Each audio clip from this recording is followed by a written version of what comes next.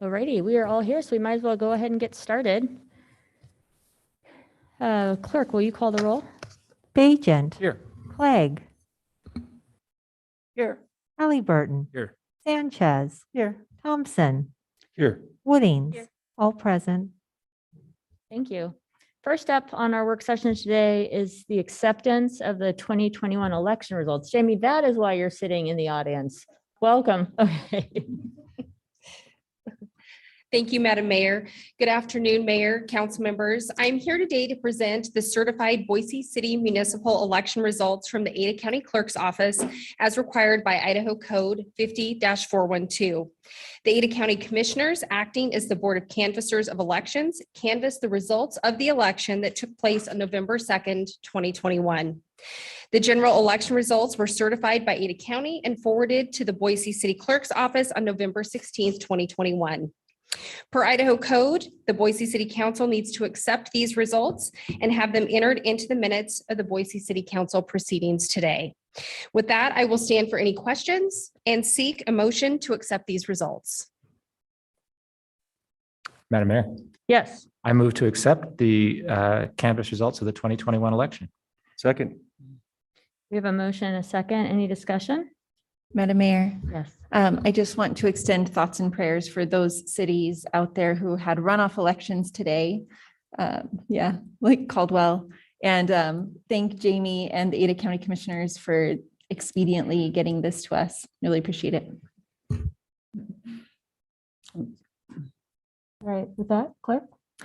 Woodings. Yes. Bajent. Yes. Clegg. Yes. Halliburton. Yes. Sanchez. Yes. Thompson. Yes. All in favor, motion carries. Thanks, Jamie.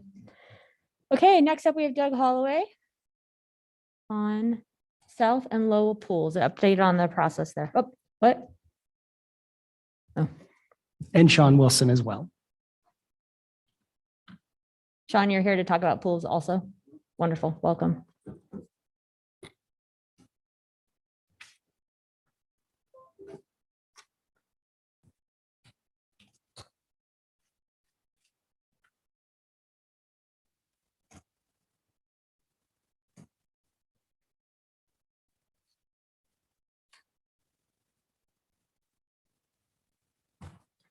Okay, Madam Mayor, thank you.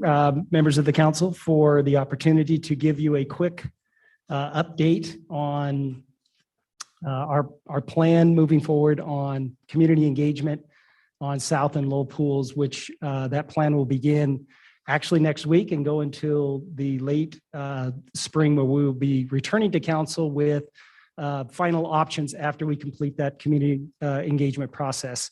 As I mentioned, Sean Wilson from our Public Works team is here to also provide a refresher brief on the status of the pools, both from an ADA and code compliance situation. And so we'll hear from Sean here in a moment, and then we'll wrap up today just going over the timeline and what the plan is for that community outreach process.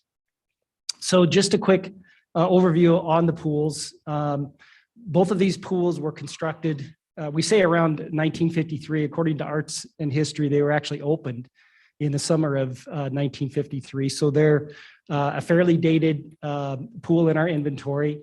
They're what's referred to as a Bintz design, which is architect Wesley Bintz. He did about 120 or so of these pools back in the 40s and 50s across the entire country.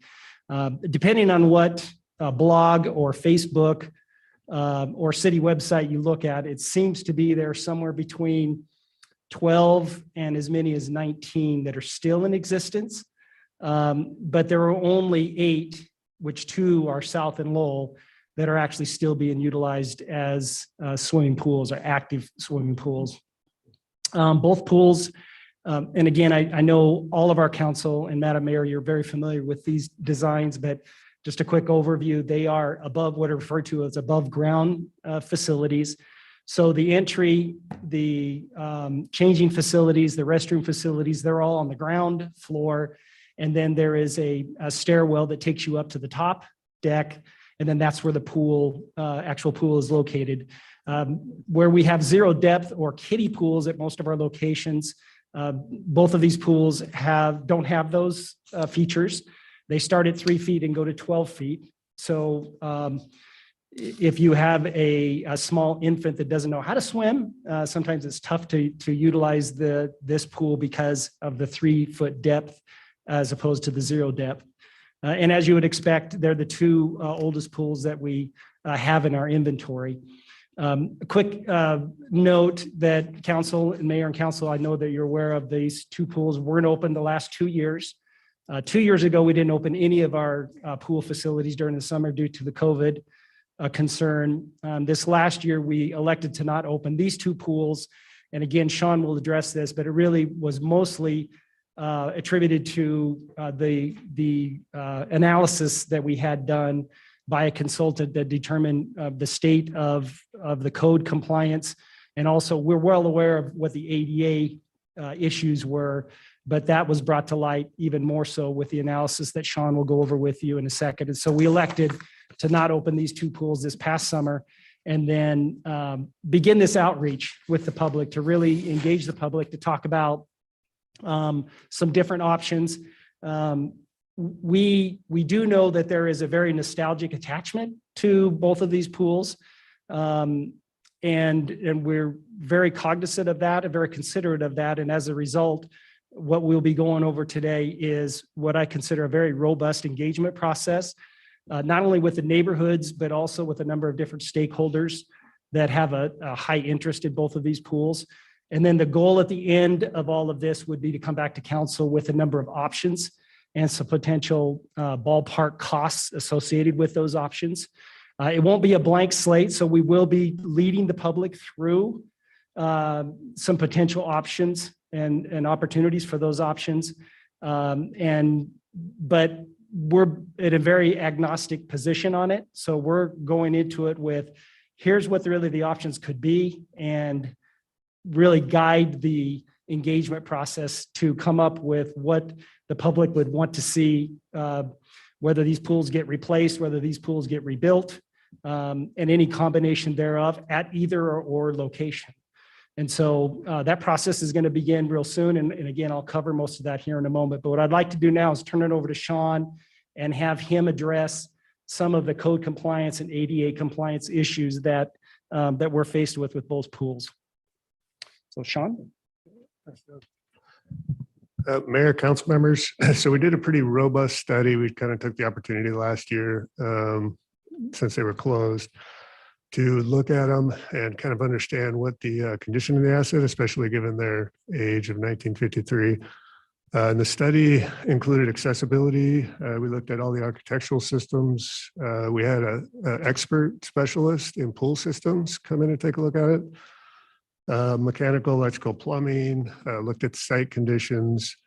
We had a lead and asbestos surveys done. They had been done previously, but that's kind of part of the baseline. And then we also did a site constraints analysis, kind of knowing if we are to look at alternatives for the sites in the future, what are our options for the site. What we did not do is structural integrity. It's a little bit more invasive doing that. But that'd be kind of a future study. So generally, the condition assessment revealed their overall poor condition across all disciplines. So the pools are aging out, kind of everything about them at the same time, and pretty substantial code challenges kind of in every category. So like examples, a treatment system doesn't meet International Fire Code. ADAG, there's some accessibility code challenges kind of across the board, code challenges with it. From an ADA assessment, kind of the outcome was, again, substantial deficiencies with accessibility. I think it's kind of, if you've been there, it's pretty obvious. One of the big ones is pools are not accessible for persons in a wheelchair. Same thing with like the locker rooms aren't accessible. So kind of across the board with accessibility challenges.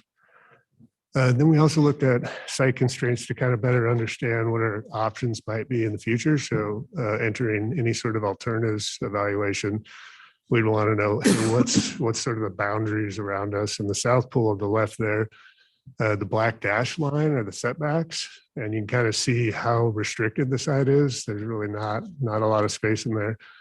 The Lowell site, of course, offers quite a bit more opportunity. That's kind of an odd shape, but there's definitely more space. And so the alternatives have a little more probably flexibility. So next steps for us is better understanding the structural. So all the systems together came out, if you were just to repair it, a pretty high value, but the structural is unknown. So there's kind of a high risk there. And if we were to price the risks during a alternatives evaluation, we have to put a pretty large number on it. And so we're starting right now a seismic modeling study just to see how the structure might perform in a seismic event. And then kind of depending on the outcome of that, we'll probably do some destructive testing where we do core into the concrete to understand like the strength of the concrete, size of rebar, stuff like that. So that'd be next steps. And so kind of in summary, and Doug said it, based on the assessments, we feel probably keep the pools closed for sure at this time and figure out next steps. So with that, if there's not any questions, pass it back to Doug. Could you just, is it that if we started to redo these, it would trigger ADA requirements? And so is that the issue? I mean, it's obvious that these pools aren't ADA compliant, but they were open without being so. So could you go into that just a little bit more? Yeah, there's a level of investment. If you have an existing structure and you make a certain level of investment, part of that has to go towards ADA. Based on the scale of the investment. In this case, it's pretty much a redo of everything. And so it definitely trigger all the ADA investments as well. Madam Mayor. Yeah. Sean, are there any examples of these Bintz pools being renovated, being restored, being updated with ADA requirements and being turned into like modern community assets instead of what may have been ideal at the time, but is no longer what our citizens kind of expect from these facilities? Mayor, Council, we did a non-scientific sort of internet study on the ones that are out there. And we found 10 that we could find. 8 of them were just sitting there because the community didn't know what to do with them. And then 2 of them were renovated. So this challenge is at least 8 other communities are having a similar challenge with them because of cost. And the 2 that were renovated, actually, they had pretty substantial cost overruns and other things. So that's good to know. Thank you. Just a risk. Yeah. Have people used them? Have communities used them for anything else? We Mayor, council members, we couldn't find anything for other purposes. So thanks, Sean. Are we going to be able to have a real full cost estimate of just completely renovating for reuse so that we'd know what the comparable is? And then B, some cost estimate of saving the facade and reusing the site so that when we do this outreach, I guess what I'm worried about is that we're going to go into this outreach saying, hey, we have these old pools, they're in bad shape. We don't think we can do anything with them. What do you want to do? Instead of saying, hey, we have these old pools. We know we need to do something with them. Full renovation costs X. A new pool costs Y. Here's the options that we have available. Help us decide what's the best choice. Does that Mayor, make sense? No, Mayor, Councilman, that makes sense. What we've done to date is mostly baselining. So we'll definitely have cost. We did do cost estimates on all the systems and we still need to do structural. But what we're trying to do, I guess, and we have done some site due diligence, but better understand sort of the scale of the types of investments for different things. And I guess that would kind of fit into what those constraints are. You have the site constraint, you have cost constraints, but yes, for sure on the cost. Yeah. Okay. And I'll jump in here too. My sense of this is that this is with the first, it's almost like we want to go out and get some focus group information before we say, these are some of the options. This is what they would cost. Give us additional feedback to really understand, because of the connection so many people and organizations have with these pools, to really understand what people are thinking about. Okay, thank you. Madam Mayor, if I could follow up on that. You know, I agree. I guess I'm a little worried from the tenor of what I'm hearing tonight that the message, even at those early meetings, will be, we don't think we can renovate these pools, but what do you want to do with them? Rather than, hey, we've got these treasured pools. We know that people really have a connection to them. We want to understand that more deeply so we can understand how to either replace and or. Does that make sense? Mhm. It just seems, I don't know, as I'm hearing it, it seems not unlike a lot of other historic renovation projects where, hey, this is really hard, but we want to talk to you, instead of, let's talk, what are all the possibilities? So I just like it to be Yeah, a I little mean, bit more. I think, I don't expect that the tenor will be, this is really hard, because we do a lot of hard things. But you're right in that we should probably be realistic in acknowledging the upfront costs related to this. And, you know, I personally myself love these pools, but we can't let people in them because of all the costs, Right. because of all the issues right now. And then once we start fixing all those issues, it triggers pretty much a complete redesign of a pool Yeah. because of accessibility rules. Right. And so maybe it's just that we're upfront with that, but then we really want to understand, what is it that people like about this building? Is it that they like the front, like you mentioned, saving the facade? Is it that they cherish their own memories for their kids or themselves using this pool, which can't necessarily recreate? Is it that they really like just having a cement top round pool to jump in with nothing else around it, which is what I love for my kids, right? So trying to understand that as we think about how we best use these sites to ensure that our residents have access to pools in these neighborhoods. Thank you. Yeah. Madam Mayor. Thanks, Sean. I just had one question. It seemed like when this came up a couple of years ago, at least, maybe longer, Even the first year you were on council. It could have been. This is, it could I have mean, been, this is a result of yeah, it being on the table for a long time, and now there are so many built up issues that we have to. absolutely, yeah. Well, it seemed like one thing that came up back, could have been 12 years ago, but potentially using these sites as for skating and, skateboarding facilities, that sort of thing. Is that, I know you got to go through the process, but was that just something kind of seeing if it stuck to the wall back then, or is that a reality? Yeah, okay. Yeah. So Madam Mayor, Councilmember Thompson, you have a very good memory.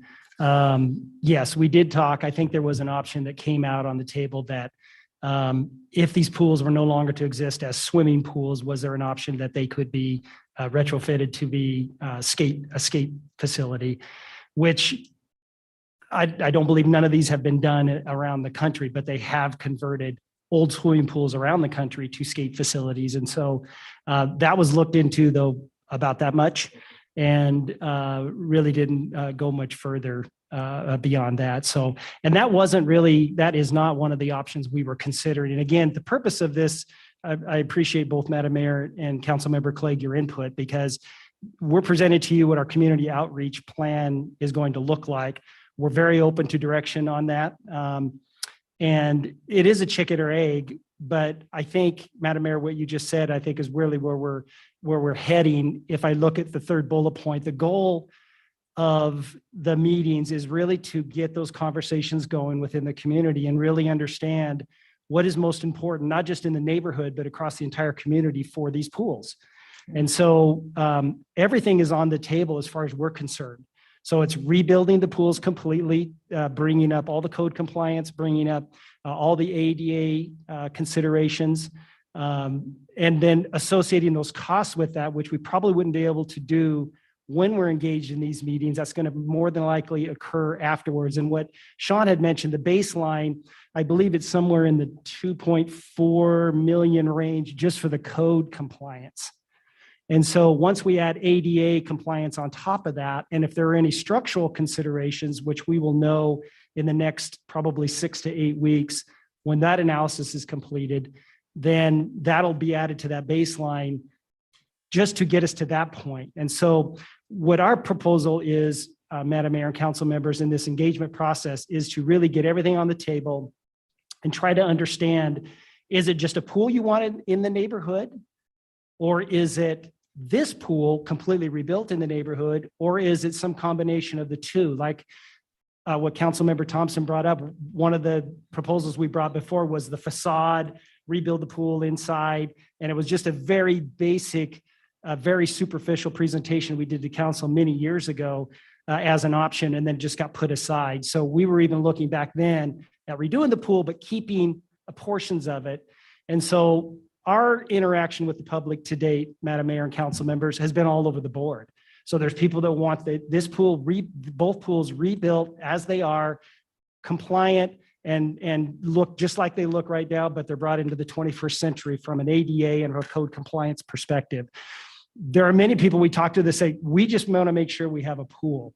We want a pool in our neighborhood. We love having a pool in our neighborhood and want to make sure we continue to have a pool in our neighborhood. And so that's where we refer to objective conversations to really understand what user preferences are. And so we've invited a number of stakeholders. We've already extended the invitations. This will be just the very beginning. We're starting these conversations actually next week. And they're with neighborhood association representatives, they're neighbors of that are located next to those pools. We have historians, we have preservationists. We've invited members of the mobility community. I believe we've even reached out to a young man, a youth who started the Friends or Save Low Pool Facebook page to even be a stakeholder. So anyone who's reached out to us with a strong interest, we have reached out to them and asked them to be part of the stakeholder group, which will be our base group that we'll begin with in December. Once we get into the first part of the year, we will begin then the robust public outreach piece. And that will probably take us, Madam Mayor and council members, into somewhere in the late spring, probably May timeframe. It will include a number of plan elements, including community surveys. We'll have a series of public meetings. We're planning some workshops that we'll host at each pool site, so we can actually do tours of the pool and discuss some options that could occur at each of those locations. There'll obviously be a number of virtual engagement opportunities as well. And then we're going to take that stakeholder group that we've identified, and they've agreed to stay with us through this whole process. So they'll be working hand in hand with us, with the general public on as we move forward with the public engagement process. So the goal in the end would be to have a number of options guided by not just Sean and Parks and Recreation, but we've contracted with Agnew Beck as our consultant. They will facilitate the meetings on our behalf. And the goal will be to have a number of options that can come back to the mayor and council for consideration at the end of the day. So that would be the ultimate goal is, here's the options that we came up with. Here's the associated costs that Sean and his team will assign to each of those options. And then we will bring those back to the mayor and city council for further discussion. There will also be more community engagement once we've assigned what those options are and what the costs are. We anticipate going back to the public and discussing each of those options with the public as well. So I think there's going to be more than ample opportunity for that engagement process to really vet out what our public wants to see, and us to have the opportunity to say what we can afford and can't afford. Because obviously, to retrofit both pools and get them up to speed, we don't know what that cost is going to be. We assume if the baseline just on the code compliance is 2.4 million, I'm sure it's significantly higher to do the ADA compliance and get that in line with so the pool could open back up actually legally now. So, but I do hear the concern that if we go out and just say, tell us all your options, and we're not really focusing on what the financial implications of those options are. I know that's a slippery slope, but I think we can navigate that, Councilmember Clegg, in the meetings. Particularly if we go with the baseline on that, and that's on our website. The analysis that Sean's consultants have done, they're on our website. A number of the stakeholders I've talked to have read them front to back and understand what all the issues are. So it's no secret that we'll be discussing those issues with all of our stakeholders and in all of our public outreach. But again, I think at the end of the day, our goal, and again, I'm looking for direction if council wants to provide any to us as we pursue this outreach program, but is to just come up with, find out what our public wants to see, put those in option form, assign what the costs are to those, and then bring those back to the mayor and council for discussion on what direction we go from there. Madam Mayor, thank you so much, Doug. And I think that having this robust public outreach will really make a difference when it comes to time to make a decision on it. One thing that I would find really interesting, and I don't know if it's part of a survey or if it's data that you already have on attendance at these pools, and just kind of like how that compares to our other pool facilities. And maybe there's something in the survey about, why people might use one pool over another. I think that would be really insightful going forward. And then another thing I think to consider is, are these, these are both co-located with school facilities. I mean, for all intents and purposes, does that make the most sense? Or do we have a park facility nearby that might be a better home for a pool or something like that? And making sure that we're really serving those residents who have had access to a pool, who no longer have access to a pool, and maybe doing that in a place that even makes more sense than where they're currently located. Madam Mayor, Council Member, yes, we have done over many years, we've looked at a number of different locations, potentially park sites, trying to stay in the vicinity of where these two pools are located. And we do have a few options that could be in play. And again, those are things that we can bring back and that we can vet through this process, and bring back to the council for consideration at looking at, including conversations with the school district about other potential school locations. If, for example, South can't be rebuilt at that location, and if that was the decision that was made, where would we want to keep a bench in that area, a bench pool somewhere in that area. So we would need to find an alternative location if that's the direction we were to go. As far as attendance, I purposely left that out of presentations. We will be discussing it with our stakeholders and in the outreach process, but I didn't want it to look like these pools have no attendance, because they have very low attendance, but that's attributed to a number of factors. It's not the neighborhood, it's the pools themselves don't have a ton of bells and whistles that kids like to see. So they're not like the natatorium in Ivy Wild, and they're not even like Boer or Fairmont that do have more amenities than we have here, and particularly when it comes to a shallow end or kiddie pools. And so to show that there's only 7,000 visits to one of these pools a year when there's 33,000 to Ivy Wild is not a fair comparison, I don't believe. And I don't want it to sound like we're using that as a reason to not rebuild the pools, because I don't think that's the direction we want to go. We want to go with the direction of what this body wants to do and what our public is giving you input on what they want to see. Yeah, Madam Mayor, just one follow-up comment on that. I totally agree. And I think that the insightful piece of that would be, we know that there's demand for pools. Why specifically are people choosing other pools over these pools? What are the amenities that they want to see? What are the deficiencies that are maybe causing them to not use them? And just kind of gaining that insight so that we can build something better. Yeah, Madam Mayor, Councilor, that's great input, and that it will be a part of the facilitated engagement process that we'll be going through with our consultant. Madam Mayor, Sure, after the council president. I'm good. Oh, you were good. Okay, great. Thank you, Madam Mayor. Thank you, Doug. So just a quick question, just to be clear. So when we're talking about the outreach, is that citywide or just in the immediate area where these pools are located? Madam Mayor, Councilmember Sanchez, is a citywide outreach. We did, a part of our stakeholders are members of neighborhood associations around that particular area. And primarily, obviously, it's in their neighborhood, but also they are our citizens that have reached out to us over time, but recognize that it has to be a citywide, obviously, effort, because any expense to whatever we do here is a citywide expense, not just a neighborhood expense. Just a quick follow-up, Madam Mayor. So at present, are these pools not subject to any sort of protection because of age?